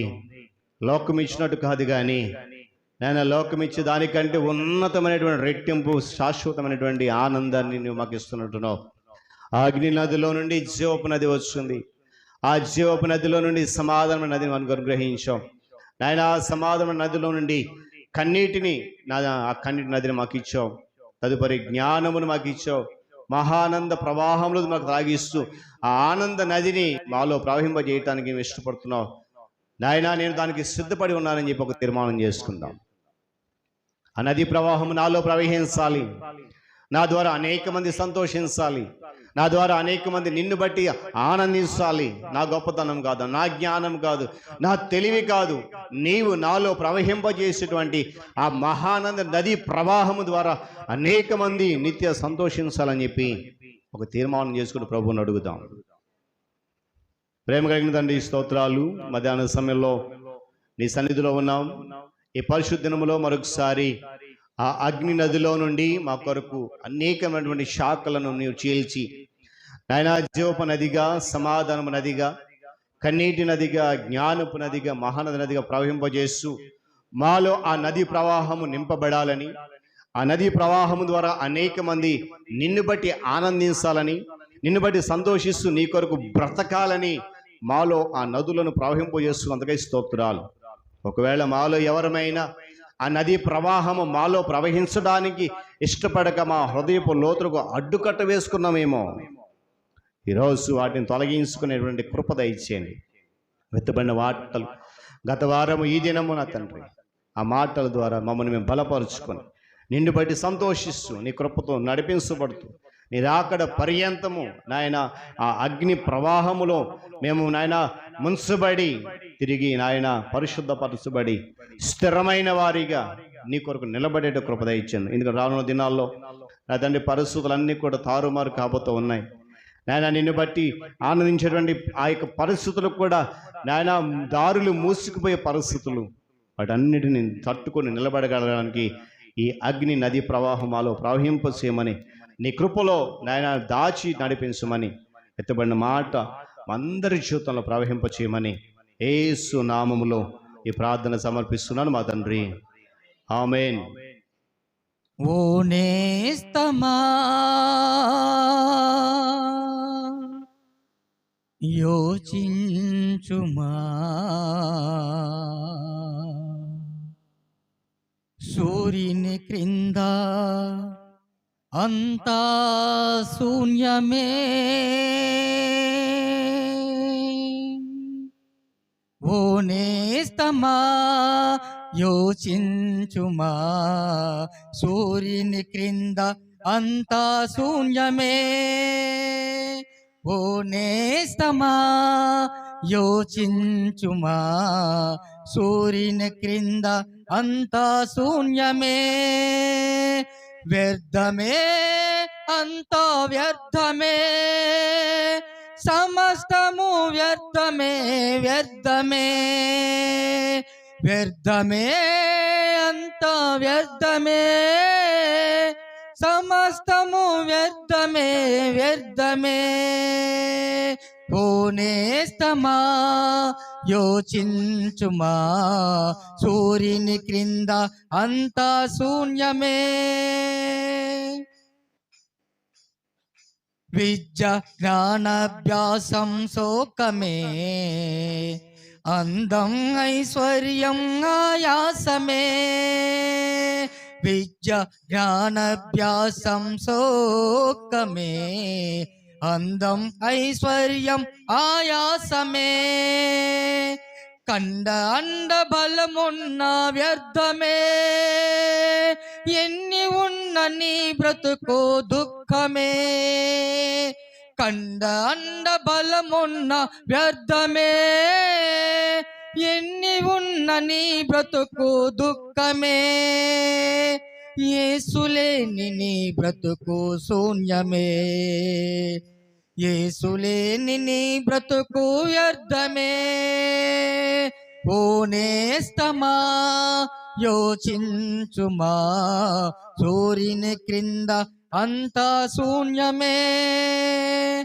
ఓ నేస్తమా యోచించుమా, సూర్యుని క్రింద అంతా శూన్యమే, లోకములో మమతలన్నీ శూన్యమే, లోక భోగములన్నీ క్షణికమే, లోకంలో మమతలన్నీ శూన్యమే, లోక భోగములన్నీ క్షణికమే, నీ దేహం లయమగుట ఖాయమే, ప్రభు యేసు నీ జీవిత గమ్యము, నీ దేహం లయమగుట ఖాయమే, ప్రభుయేసే నీ జీవిత గమ్యము.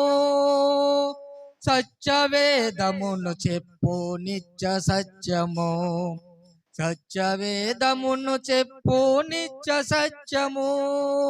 ఓ నేస్తమా యోచించుమా, సూర్యుని క్రింద అంతా శూన్యమే, వ్యర్థమే అంతా వ్యర్థమే, సమస్తము వ్యర్థమే వ్యర్థమే, వ్యర్థమే అంతా వ్యర్థమే, సమస్తము వ్యర్థమే వ్యర్థమే. దేవునికి స్తోత్రం. హల్లెలూయా. దేవుని స్తోత్రం. పాస్టర్ గారికి, అదేవిధంగా పాస్టర్ గారికి, సంఘ పెద్దలందరికీ కూడా యేసుక్రీస్తు ప్రశస్త నామమున వందనాలు. మరి ఈరోజు చక్కనైనటువంటి వాక్యం యథావిధిగా విన్నాం. ఆదివారం దేని గురించి? నదులు. 2 నదుల గురించి పాస్టర్ గారు చెప్పారు. ఏంటది? జ్ఞానపు నది, రెండవదిగా మహానంద నది. ఇవన్నీ కూడా ఎక్కడి నుంచి వస్తాయి? దేవుని దగ్గర నుంచే వస్తాయి. మరి పాస్టర్ గారు చెప్తూ మరి అలాంటివి ఇచ్చారు కాబట్టి, అంటే ఆ ఆనందం అట ఎలా ఉంటుందట, ఒక ప్రవాహం వలె వస్తుందట. చూడండి, ఎంత ఎవరికీ ఉండదు ఆ ఆనందం. మరి దేవుడి నుంచి వచ్చే ఆనందం ఎలా ఉంటుంది, అప్పటికప్పుడు మనం మర్చిపోలేం, కానీ అది ఒక ప్రవాహం లాగా వస్తుంది. కాబట్టి దాన్ని ఎట్టి పరిస్థితిలో కూడా ఒక ఇది ఇచ్చారు వార్నింగ్, ఎట్టి పరిస్థితిలో విడిచిపెట్టకూడదు ఆ నదిని. ఏదైతే మహానంద నది ఇచ్చారో దాన్ని ఎట్టి పరిస్థితిలో విడిచిపెట్టకూడదు. అదే కానీ విడిచిపెడితే క్రైస్తవులుగా మనకి లైఫ్ అంటూ ఉండదు. చాలా చక్కగా పాస్టర్ గారు అంటే గత వారం చెప్పారు పుణ్య నదులు, దానికి కొనసాగింపు. అంటే ఇవన్నీ వచ్చే నదులన్నీ ఎక్కడి నుంచి వస్తాయి? దేవుడి నుంచి వస్తాయి. కాబట్టి చాలా చక్కగా చెప్పారు పాస్టర్ గారు. ప్రత్యేక వందనాలు తెలియజేస్తూ మిగిలిన ప్రకటనలు ఈ విధంగా ఉన్నాయి. మరి ఈ రోజుతో అంటే ఈ ఆదివారం, మరి ఈ నెలలో చివరి ఆదివారం దేవుడు ఇచ్చాడు. మరికొద్ది రోజుల్లో మనం మే నెలలోకి మనం ఎంటర్ కాబోతున్నాం. మరి మీ అందరికీ తెలుసు, ఎండలు చాలా విపరీతంగా ఉన్నాయి. మరి ఎక్కడ అసలు ఈ టైంకే చూడండి ఎలా ఉందో, 11 గంటలకే. మరి సమయానికి అందరూ వస్తున్నారు, సంతోషం. మరి ఇంకెవరైనా తెలియకపోతే వాళ్ళకి తెలియజేయండి. 9 గంటలకి అందరికి రావాలి. 9కి వస్తే మనం 11:15కి అలా వెళ్ళిపోతాం ఇంటికి. మరి గమనించాలి. అదేవిధంగా మరి వచ్చే ఆదివారం, మరి మేలో మొదటి ఆదివారం కాబట్టి ప్రభు బల్ల ఉంటుంది. ప్రభు బల్ల ఉంటుంది కాబట్టి ప్రభు బల్ల ఉంటే దానికి 2 యాడ్ అవుతాయి. ఏంటి? ఈవినింగ్ ఏంటి? సువార్త అవుతుంది. మర్చిపోకండి, సువార్త కంపల్సరీ, ఎండలైనా సరే. గత వారం కూడా మనం సువార్తకి వెళ్ళాం. ఎన్ని గంటలకు వెళ్ళాం? 6 గంటలకు, ఎండ తగ్గిన తర్వాత వెళ్ళాం. మరి గత వారం సువార్తకి వెళ్తే మేము సువార్తకి వెళ్ళే వాళ్ళు తెలుస్తుంది. ఆ వీధి వాళ్ళు కూడా మాతో అలా ఫాలో అయిపోయారు. ఎంత సంతోషం అనిపించిందో. వాళ్ళు అలాగా రిటైర్డ్ ఉపాధ్యాయులు కూడా ఉన్నారు దాంట్లో. ఆ మాస్టర్ గారు, మాస్టర్ మీరు ఉండిపోండి అన్న, లేదు పదండి సార్ అని వాళ్ళు కూడా వచ్చారు. నిజంగా చాలా ఒక సంతృప్తి ఇచ్చింది. ఇప్పుడు చెప్పారు కదా మహానంద నది ఏ విధంగా ఉందో, అలాంటి ఆనందం మనకు వచ్చింది. కాబట్టి ఈ ఆదివారం కూడా ఉదయం ప్రభు బల్ల ఉంటుంది, సాయంత్రం సువార్త ఉంటుంది. మరి యథావిధిగా మరి ప్రభు బల్ల అయిన తర్వాత లంచ్ కార్యక్రమం, భోజనాలు కూడా ఉంటాయి, గమనించాలి. మరి దీన్ని లారెన్స్ హేమలత గారు అరేంజ్ చేస్తూ ఉన్నారు. మరి గమనించాలని కోరుతూ, మరి ఇంకెవరైతే రాలేదో వాళ్ళకి తెలియజేయండి. ఎందుకంటే ప్రభు బల్ల మనకు చాలా ముఖ్యమైనది. అంటే దాస్పురం నుంచి వచ్చేస్తున్నారు, మన నుంచే కొంతమంది ఎవరెవరైతే రాలేదో వాళ్ళకి ఒక రెస్పాన్సిబిలిటీ తీసుకుని వాళ్ళు వస్తే వాళ్ళు చెప్తే బాగుంటుంది, గమనించాలి. అదేవిధంగా మరి మే నెల అనగానే మనకి మరి ఎండలతో పాటు ఈ సంవత్సరం ఏంటి? ఎలక్షన్స్ వచ్చేసాయి. మరి ఎలక్షన్స్ కాబట్టి మనందరం కూడా ప్రార్థన చేద్దాం. ఒక మంచి ప్రభుత్వం అక్కడ రావాలి, గవర్నమెంట్ మరి అక్కడ ఢిల్లీలో రావాలి. అదేవిధంగా మనకు కూడా ఒక సరైనటువంటి గవర్నమెంట్ రావాలి. దాని గురించి మనందరం కూడా ప్రార్థన చేయండి. ప్రార్థన చేస్తే దేవుడే సమస్త కార్యాన్ని ఆయన సఫలీకృతం చేస్తాడు. అదేవిధంగా ఎండలు కాబట్టి డ్యూటీకి వెళ్తున్నాం, వాళ్ళ గురించి కూడా ప్రార్థన చేయండి. మరి క్షేమంగా రావాలని మీ అనుదిన ప్రార్థనలు గుర్తు చేసుకోవాలని కోరుతూ ఉన్నాం. అదేవిధంగా ఈ మంగళవారం ఏంటి? మరి యథావిధిగా ప్రేయర్ డే, మంగళవారం ప్రేయర్ డే. మరి తక్కువ వస్తున్నాము, ఎందుకంటే మరి చాలా కారణాలు. ప్రతి ఒక్కరికి రిక్వెస్ట్ చేస్తున్నాం, ఎందుకంటే ప్రేయర్ డే చాలా ముఖ్యం మన జీవితంలో. ఎందుకంటే మన ముందు చాలా సవాళ్ళు ఉన్నాయి, అవన్నిటిని అధిగమించాలంటే ప్రార్థనతో మాత్రమే సాధ్యం. కాబట్టి ప్రతి ఒక్కరూ ఈ ప్రేయర్ డేకి అందరూ కూడా మంగళవారం రావాలి. అదేవిధంగా శుక్రవారం, మరి నెలలో మొదటి శుక్రవారం కాబట్టి బైబిల్ స్టడీ ఉంటుంది. బైబిల్ స్టడీ ఉంటుంది కాబట్టి యథావిధిగా మీ బుక్స్ పెన్స్ తీసుకొని రావాల్సిందిగా మీకు రిక్వెస్ట్ చేస్తూ ఉన్నాము. స్వస్థ ప్రార్థనలు ఎదుగా ఉన్నాయి. మరి బుగత అమ్మని గురించి మరి ప్రార్థన చేస్తూ ఉన్నాము. తన గురించి మీ అనుదిన ప్రార్థనలో గుర్తు చేసుకోవాలని కోరుతూ ఉన్నాం. అదేవిధంగా గత వారం మీకు కొన్ని ప్రకటనలు చెప్పాం.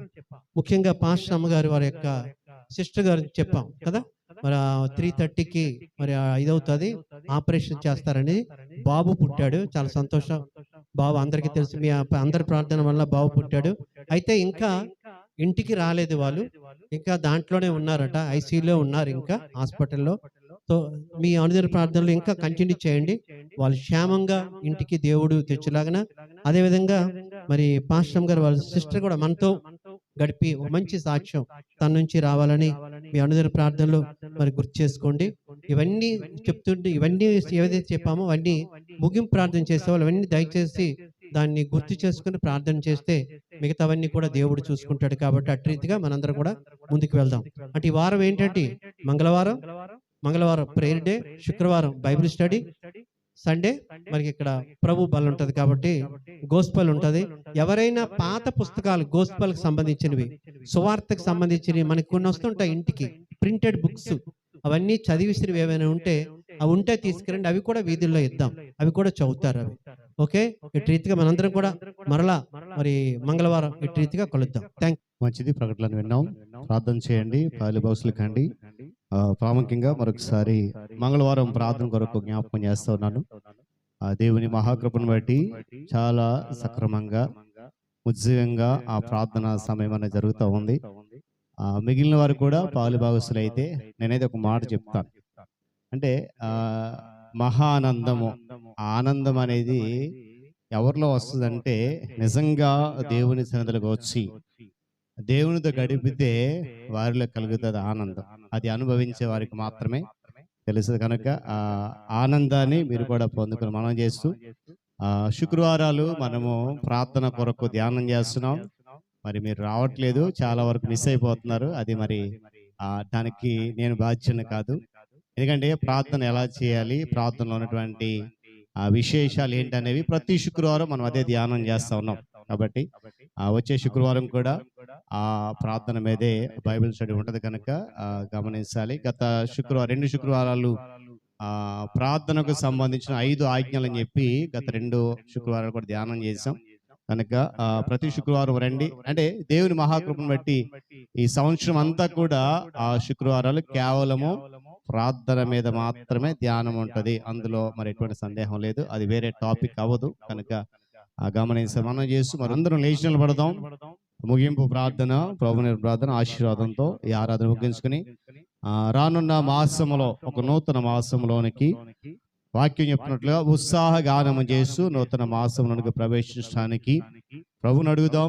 ఎవరు కూడా నిరాశతో నిర్లక్ష్యంతో ఉండకుండా, అంటే మన చుట్టూ ఎన్నో బాధలు ఉన్నాయి, కుటుంబ సమస్యలు ఉన్నాయి, మానసిక ఆర్థిక శారీరక బాధలు ఉన్నాయి. వాటన్నిటినీ కూడా తొలగించేది కేవలము దేవుని సన్నిధి మాత్రమే. కనుక ఆ దేవుని సన్నిధికి మనం ఉత్సాహంగా రాగలిగితే మనకున్న ప్రతి ఆటంకము తొలగి ప్రభువునందు సంతోషించగలుగుతాం. కనుక రానున్న నూతన మాసంలోనికి ఉత్సాహముతో వెళ్దాం, ప్రభునందు ఆనందిద్దాం. సమయంలో మరి ప్రియులు సహోదరి సువర్ణ కుమారి మెహ్రా గారు ముగింపు ప్రార్థన చేస్తారు. ప్రభు నేర్పిన ప్రార్థన ఆశీర్వాదంతో మనం ఈ కూటాన్ని ముగించుకుని రానున్న నూతన మాసములో మొదటి ఆరాధన కొరకు సిద్ధపడతాం. మహాగణుడు మహోన్నతుడైన మా ప్రియపరలోపు తండ్రి, మీ యొక్క ఘనమైన పదాల ప్రభువా వెళ్ళని స్థుతులు స్తోత్ర చెల్లిస్తున్నాం తండ్రి. నాయన గడిచిన నాయన విశ్రాంతి దినం నుంచి ప్రభువా ఈ యొక్క విశ్రాంతి దినం వరకు తండ్రి మమ్మల్ని సజీవ లెక్కలో తండ్రి కాపాడిన విధానాన్ని బట్టి మీకు వెళ్ళని స్తోత్రాలు వందనాలు తండ్రి.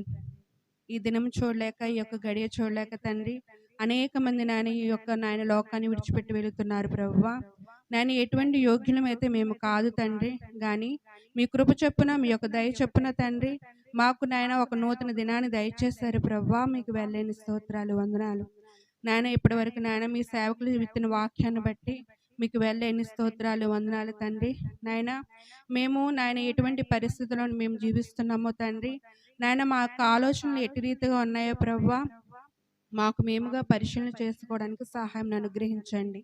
నాయన మీ ఒక్క వాక్యము తండ్రి జీవము గల తండ్రి, రెండంచులు గల ఖడ్గం వంటిది ప్రభువా. నాయన ఆ యొక్క వాక్యము తండ్రి మా యొక్క హృదయాల్లోకి నాయన చొచ్చుకొని వెళ్ళి ప్రభువా, అది ఫలభరితమైన జీవితాలుగా ప్రభువా మా జీవితాలు నాయన ఫలించడానికి సహాయం అనుగ్రహించండి తండ్రి. ప్రభువా మీకే స్తోత్రాలు. నాయన జ్ఞానము ముత్యముల కన్నా శ్రేష్టమైనది, విలువైన సొత్తులేవి దానికి సాటి కావని సెలవిచ్చారు తండ్రి. నాయన ఈలోక జ్ఞానము నాయన నీ దృష్టికి వెర్రితనమని సెలవిచ్చారు ప్రభువా. నాయన మేము ఈలోక జ్ఞానాన్ని పొందుకోకుండా ప్రభువా, నాయన మీ యొక్క బిడ్డలుగా నాయన పేరు పెట్టి పిలువబడువాను కనుక ప్రభువా, ప్రతి ఒక్కరము తండ్రి నాయన మీ యొక్క జ్ఞానాన్ని తండ్రి పొందుకొని తండ్రి నాయన ఈ యొక్క లోకంలో జీవిస్తుండగా ప్రభువా, మా యొక్క ప్రవర్తన బట్టి, మా యొక్క నడవడికను బట్టి ప్రభువా, మా యొక్క మాటను బట్టి ప్రభువా, మీకు మహిమ తెచ్చే వారంగా నాయన మేము జీవించడానికి సహాయం అనుగ్రహించండి తండ్రి. యేసయ్యా మీ యొక్క నామాన్ని నాయన ఎట్టి రీతిగాను ప్రభువా మేము అవహేళన చేసేవారుగా కాకుండా ప్రభువా, నాయన మీ యొక్క నామాన్ని మహింపరిచే వారంగా మేము ఉండడానికి సహాయం అనుగ్రహించండి. నాయన మా యొక్క సంఘాన్ని దీవించండి, ఆశ్రయించండి ప్రభువా. ఎవరైతే నాయన ఎటువంటి ఆలోచనలతో ప్రభువా, ఎటువంటి నాయన కష్టంతో బాధతో వచ్చున్నారో తండ్రి, హృదయ రహస్యాలు ఎరిగిన నాయన గొప్ప దేవుడు తండ్రి, వారి హృదయాల్లో ఉన్న వాంఛలను ప్రభువా మీరు తీర్చండి ప్రభువా. మీకు స్తోత్రాలు, వందనాలు.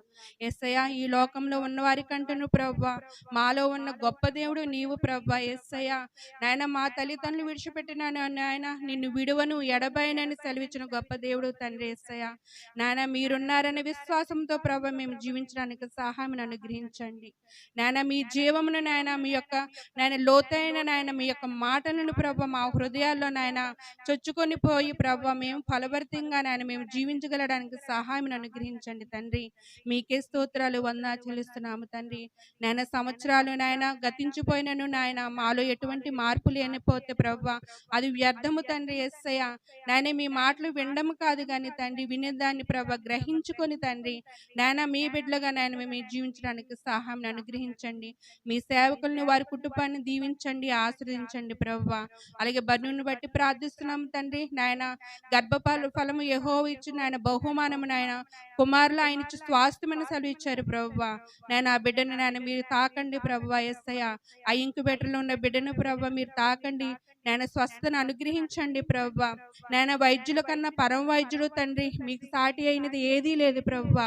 నాయన ఆ బిడ్డను తాకండి నాయన, స్వస్థతను అనుగ్రహించండి. తల్లి బిడ్డ క్షేమంగా నాయన గృహానికి చేరుకొని నాయన మీ నామాన్ని కీర్తించడానికి, మీ నామాన్ని గణపరచడానికి సహాయం అనుగ్రహించండి. నాయన ఎండ తీవ్రత ఎక్కువగా ఉంది ప్రభువా. నాయన ఆ తల్లికి కావాల్సిన ఆరోగ్యాన్ని, బలాన్ని, శక్తిని మీరు దయచండి ప్రభువా. వారి కుటుంబంలో ఆనందాన్ని మీరు దయచేయమని అడుగుతున్నాము తండ్రి. అలా వృద్ధుల కోసం ప్రార్థిస్తున్నాం తండ్రి. నాయన ఈ ఎండను తట్టుకునే శక్తిని వారికి అనుగ్రహించండి ప్రభువా. నాయన సంపూర్ణమైన ఆరోగ్యాన్ని, బలాన్ని, శక్తిని వారికి దయచేయండి. మా సంఘంలో ఉన్న ప్రతి ఒక్కరిని నాయన చిన్న బిడ్డలు కానించి నాయన యవనస్తులు కానించి ప్రభువా నాయన ప్రతి ఒక్కరిని నాయన పేరు పేరు చొప్పున దీవించండి, ఆశీర్వదించండి తండ్రి. నాయన మీ నామంలో ఇంకనూ నాయన మేము బలపడడానికి, నాయన మీ వాక్యంలో ఇంకనూ ప్రభు అభివృద్ధి పొందడానికి సహాయం అనుగ్రహించమని నాయన ఈ యొక్క ఆరాధన క్రమం అంతయు ప్రభు ఆది నుంచి అంతవరకు మీరే ఉండి నడిపించినందుకు మీకు వెళ్ళని స్తోత్రాలు, వందనాలు చెల్లిస్తూ ఈ యొక్క చిన్న ప్రార్థన మీ యొక్క మనలో చేర్చుకోమని నా ప్రభువు నా ప్రేక్షకుడైన యేసే నామమున అత్యున్నతంగా బతిమలాడి వేడుకుంటున్నాను తండ్రి. ఆమేన్. పరలోకమందున మా తండ్రి, నీ నామము పరిశుద్ధపరచబడును గాక, నీ రాజ్యం వచ్చును గాక, నీ చిత్తము పరలోకమందు నెరవేర్చినట్లు భూమి యందు నెరవేరును గాక. మాకు కావలసిన అనుదిన ఆహారము నేడు మాకు దయచేయము. మరణోత్సవం క్షమించిన ప్రకారం మరణములు క్షమించు.